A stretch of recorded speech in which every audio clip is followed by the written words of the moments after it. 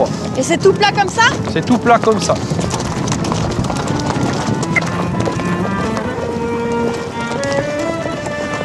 Alors, vous Christelle, installez pour pas fatiguer. Hein. Oh, le galop pas trop. Ça suffit. À fond concentré.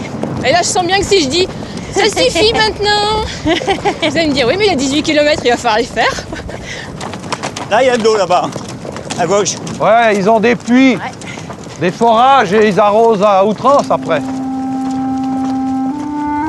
Dissimulé derrière un simple rideau de bambou, un champ de pommes de terre. Îlot de verdure planté au milieu de cette terre aride. La majorité de cette production va partir en Europe. Le Maroc fournit une grande partie des fruits et légumes d'hiver. Avec le tourisme, c'est la principale source de revenus du pays. C'est aussi un poison lent. Il faut prélever de plus en plus d'eau, de plus en plus profond, et le niveau des nappes phréatiques baisse dangereusement. Dans cette partie du monde, le dérèglement climatique est une réalité. Il faut juste baisser les yeux pour en être convaincu.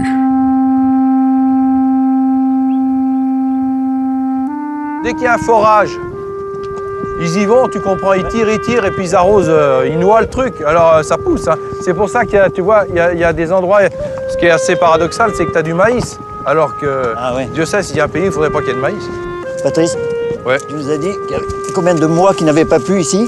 Ah ben là, il a plu 3 petits jours cette année, mais il y a 2 ans, il a énormément plu, comme il y a 50 ans qu'il n'avait pas plu.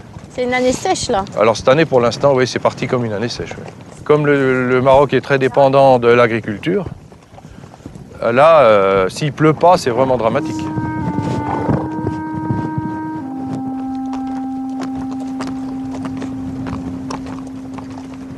D'accord. Tu sais quoi, Gérald? Ouais. Je crois que là, dans la journée, j'ai galopé plus que dans toute ma vie de cavalière, en fait. J'ai jamais galopé autant. Jamais. Jamais. T'as rendu une femme heureuse, j'entends? T'as rendu au moins une femme heureuse? Voilà. Ah. Elle m'a dit qu'elle avait jamais galopé autant que dans sa vie de cavalière. Non. Il y a beaucoup de cavalières qui viennent chez nous qui disent la même chose. Ah oui. Oh, on n'a jamais galopé comme ça dans toute Ah bah notre oui, vie. c'est vrai. Moi je te dis, ça c'est depuis 89, je n'ai pas galopé comme ça. Mais là bon, ça va, c'est bien. Je m'éclate, c'est essentiel. Ouais, c'est bien. J'aime tellement les grands espaces.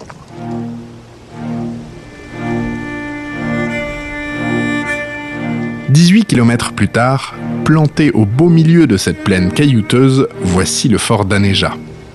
C'est dans la cour d'honneur de cet ancien bâtiment militaire que les randonneurs vont bivouaquer pour la nuit. Donc c'est ça l'ancien fort, on le voit bien là. Oui, alors effectivement. Voilà, qu'est-ce que c'est beau. Et ça, c'est le fort qui commandait toute la région. Il y avait 1000 soldats là. Et le dernier officier, tu sais, il y avait des officiers des affaires indigènes à l'époque. Oui, bien sûr, oui. Il a été capturé et vraisemblablement enlevé et tué ici. Par des Sahraouis. Par des Sahraouis. Oh là Beau, ça. Ah, c'est Salut. trop joli. Bonjour. Ah, génial. C'est bon, Gérald? Non, mets-le au pâturon, en dessous, Ouais. en dessous le boulet. Qu'est-ce Pour que que j'ai tu fait? le dépasses. Pardon, c'est pour ça que j'arrive. Bah, je vais essayer.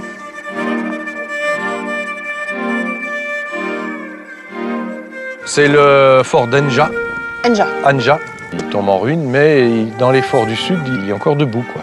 Si tu vas à l'entrée, ils avaient mis un bassin, puisqu'il y a la réserve d'eau qui est en dessous. Elle est importante. En ce moment, il n'y a pas d'eau, mais habituellement, on donne à boire au chaud avec cette réserve. Et là, ça fait 2 fois, il n'y en a plus. Non, je te confirme, il n'y a pas d'eau. Salam. Alors, les enfants viennent toujours le soir, mais à la prière, tout le monde va s'en aller. Là, il y en a peu. Habituellement, il y en a pas mal. La chaleur avec.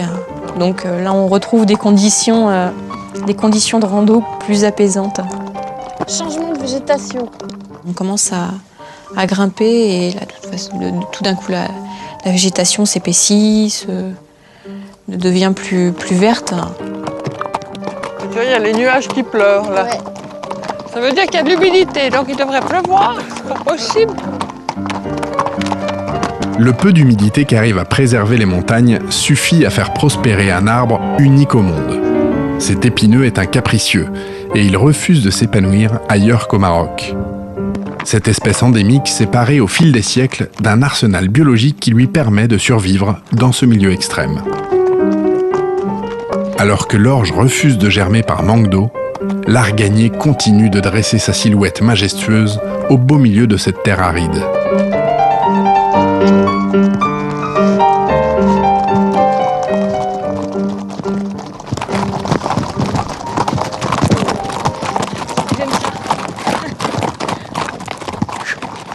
T'as vu comme j'ai galopé jusqu'à toi dans la côte? Ouais. Tu m'as pas vu, mais alors d'un seul élan, je t'ai rattrapé. Ah, super. Et donc les chevaux de barbe que tu connaissais bien à pied, maintenant tu les découvres à cheval. Ouais. Et ça y est, du solide, hein. Ouais, c'est du solide et du super mental. Hein. Hein, Mimi? Si tu m'emmènes jusqu'au bout sans me faire tomber, je suis content. Il faut espérer. On va descendre jusqu'au gîte, un quart d'heure, 20 minutes à pied. Alors, c'est tout le village qui est sur la colline, là, sur la pente? Ouais, tout ce qui est devant nous au premier plan, là, ça c'est le Douar Tiging.